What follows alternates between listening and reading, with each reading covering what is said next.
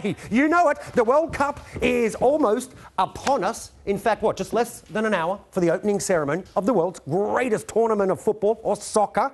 It's going to get underway. But what will the event cost, and will it be a boost to the Russian economy? Let's get more. Sandro Vetsko is from the BBC's Russia team and joins us. Hey, Sandro, good to have you with us.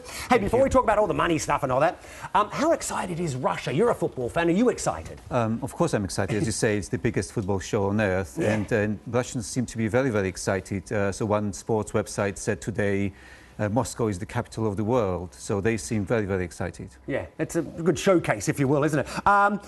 Correct me if I'm wrong, I was reading that it's cost the Russian economy, the Russian government, 11 billion to put on, but they should get that back in some good returns, won't they? 11.7 billion, I think the latest estimates are, but they do expect it to benefit the country. They expect the total impact of the tournament over a 10-year period to 2023 to boost the economy, the GDP, by about $31 billion. Wow. So they do expect quite an impact on the Russian economy. And I would imagine these returns, the boost is shared across, right, many different industries, because you've got, hotels, transport, people who sell all the stuff. Exactly. So between 50 to 60% of all this money has been spent on transport and other infrastructure, about 40% on stadia and so on. And Russians see this as investment for the future, something that Mr. Putin believes Russians will be using for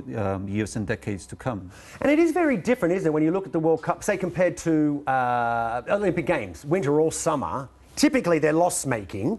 And typically, I mean, like Sochi, the Russian government went over budget, didn't they? They threw billions at that. The Sochi Games have been estimated to have cost about $50 billion, although again, so official figures have been much lower, but that's what independent commentators said at the time. So, here's the big question. Who's going to win? Come on, if you had a crystal ball, who's going to win, do you think? Germany. Do you think Germany? I would say so. You know where I'm from, don't you? No. No, okay, great, thanks. I'm Australian. What about the Socceroos? No, no. Unlikely, I would say, to be honest with you. Sandro Vetsko, thanks very much. Enjoy the games, and we appreciate your time coming on. Hey, it's that time of the program to go and take a look at